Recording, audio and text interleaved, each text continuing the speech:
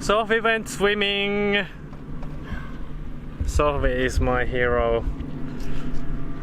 If you are in the Caribbean, then if someone goes swimming, it's nothing special, but over here it is very special. I think the water is, well, I mean, it's not that cold anymore. It's probably plus 10, plus 12 degrees Celsius. Refreshing. It was. Only the brave ones go. Yeah, I'm not gonna go swimming. Someone needs to steer the boat, right? They're steering the boat, and there's a whole lot of other excuses as well. But anyway, this time we'll be enjoying the relative warmth of the summer and exploring some of the outermost tiny islands that Norway has to offer. We'll first sail to the island of Sklina, which hosts a big colony of puffins. Then onwards through the seldom visited maze of the Vikna archipelago to the Haltom lighthouse. Finally, we'll end up on the picturesque island of Grieb.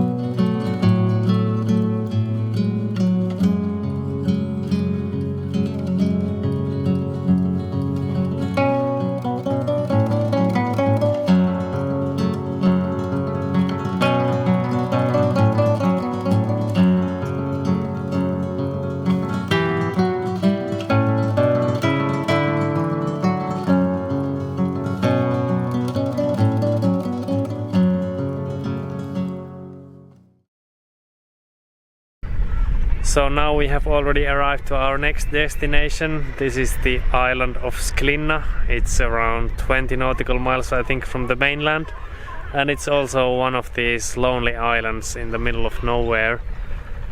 And this one, it used to be a fishing town here as well, but now it's just abandoned, except there's a couple of houses and a lighthouse here, so you can actually see them behind me right now.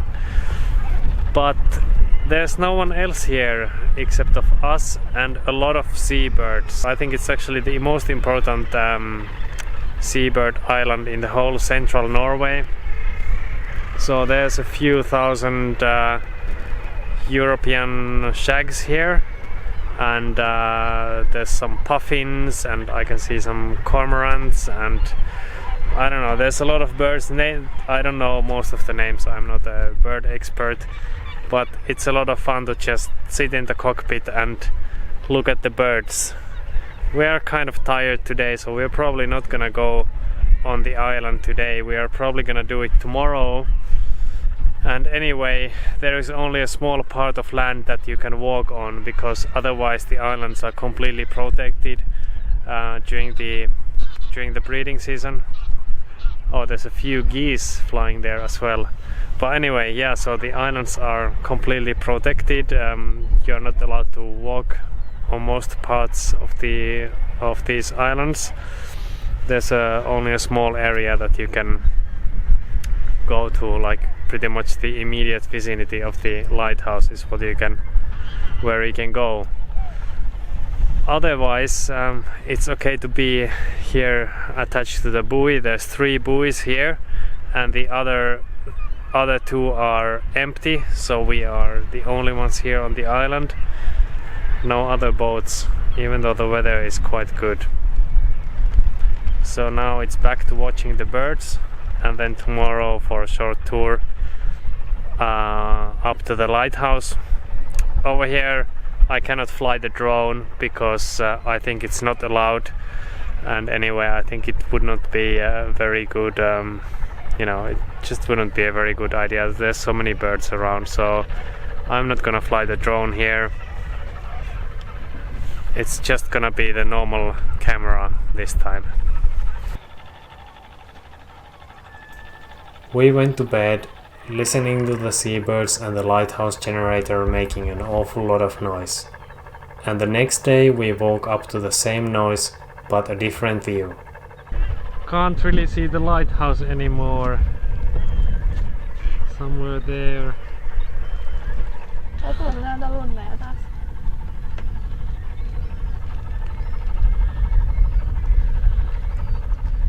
Hirveä sumu. Ei näy enää sitä seuraavaa pojaa.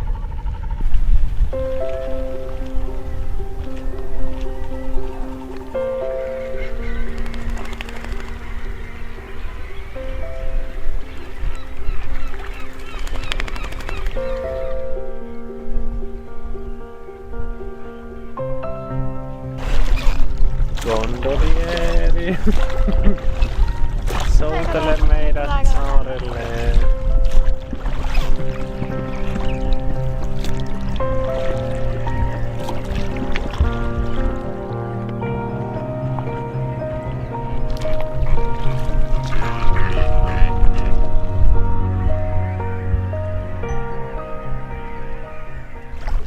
So we are rowing to the lighthouse now, and we are just letting the dinghy drift every now and then, and the birds really don't mind the dinghy at all. They come like really close, and I have my big long lens with me as well, so I can get some pretty nice footage. The problem is that there's just a tiny little bit of chop here, so yeah, we are moving and it's a little bit hard to stabilize the picture.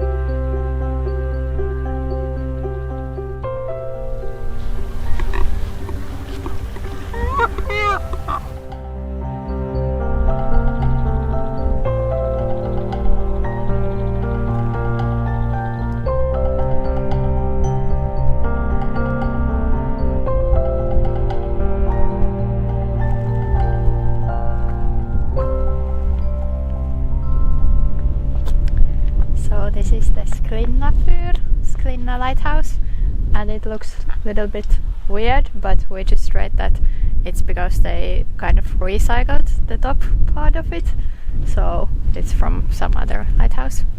But it's kind of cute, but kind of like a little bit ugly maybe. But here it is.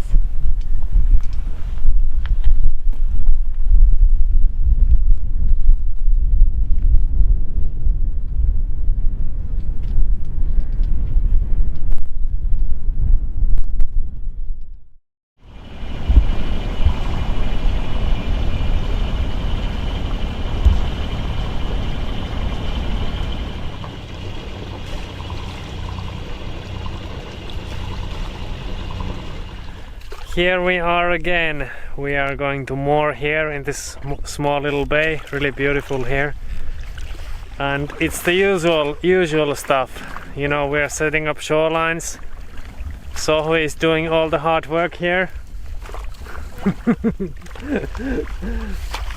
But this time we are anchored temporarily, so I'm paying out the line for her, so she just has to row it to the shore.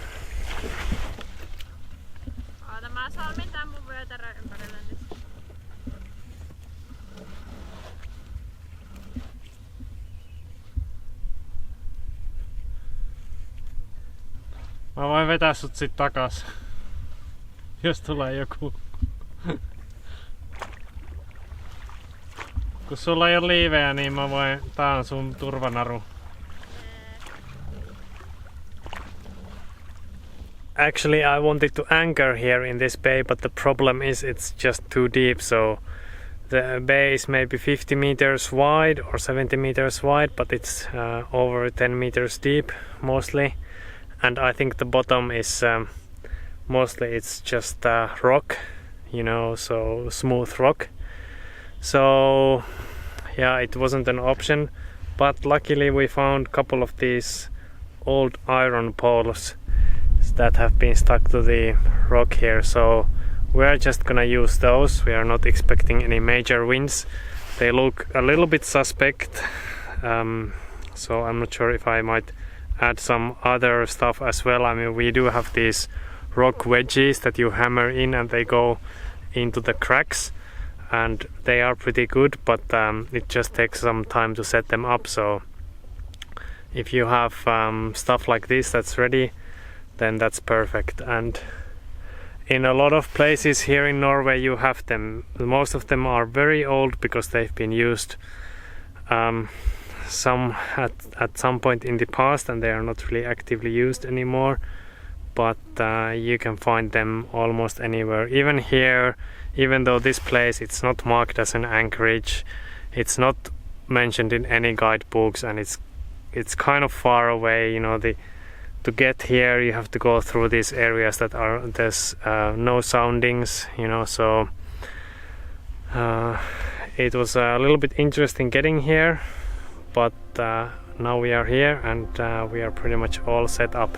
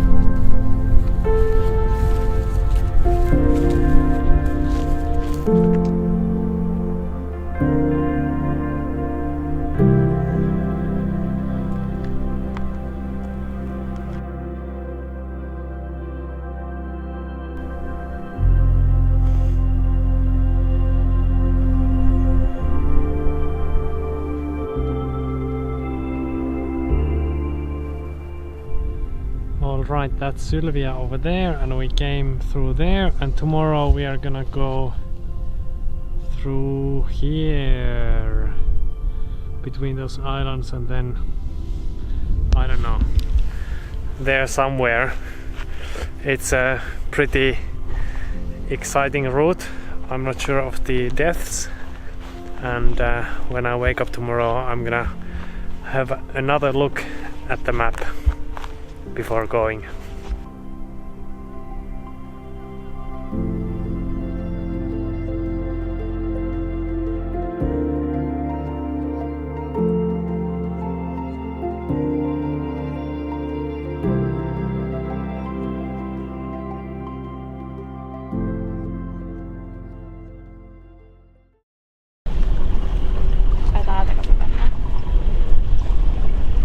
Jep, sieltä pitäisi sopia jostain tuolta. Kohta joudut ehkä menettää hystämään. Mikäs tää 0,5 asia on? Se on vaan tuolla 0,5 metriä toi sivussa. Mikä se on?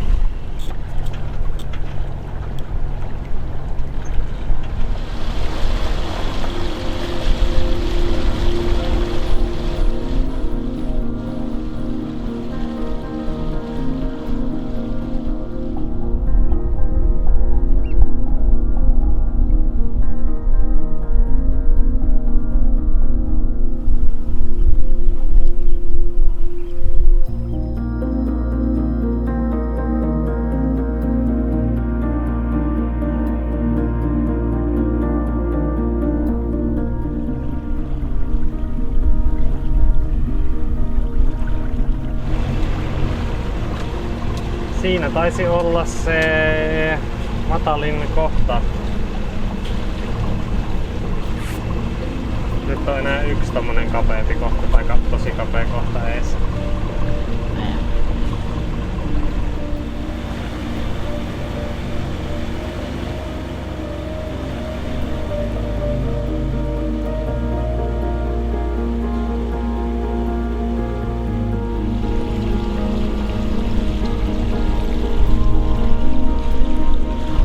That was it. We are past the worst sections.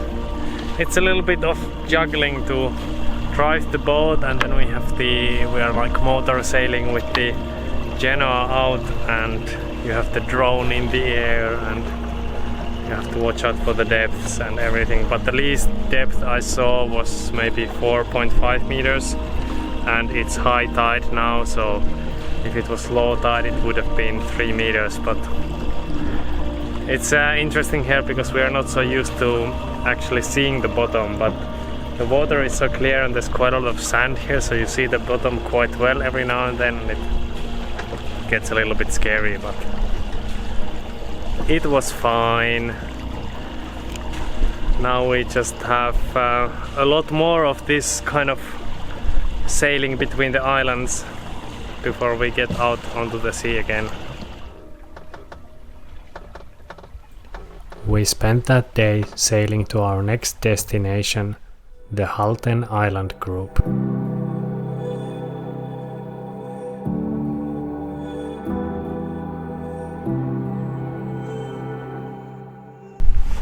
Now we're gonna go and see the lighthouse, and it's on an island, so we have to go there with the dinghy.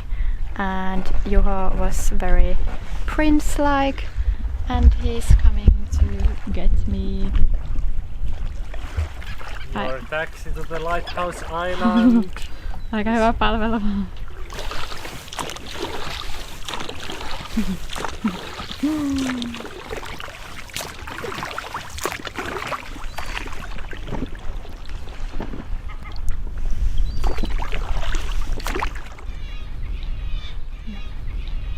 I think normally this lighthouse is not for public at all, but now there happened to be some random guy like in the top of the lighthouse doing some like fixing or something, and then we yelled at him that can we go in, and he said yes, so now we will go in.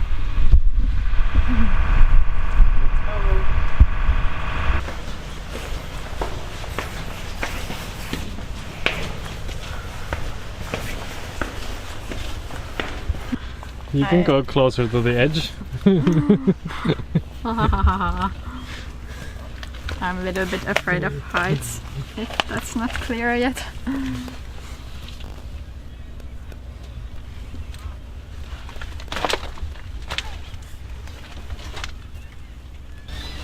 Tästä on hieno näkee jotain.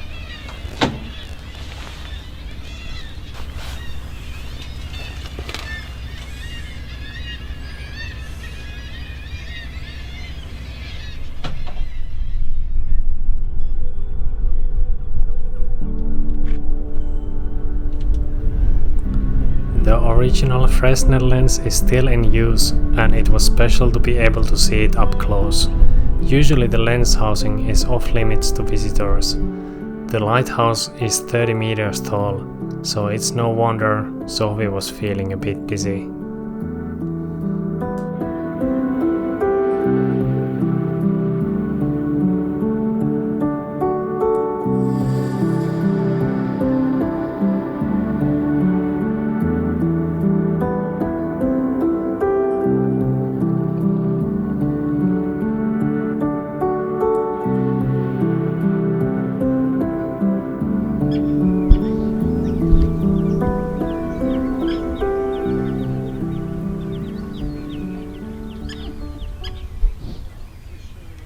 We then continued through the night southwards to Grieb.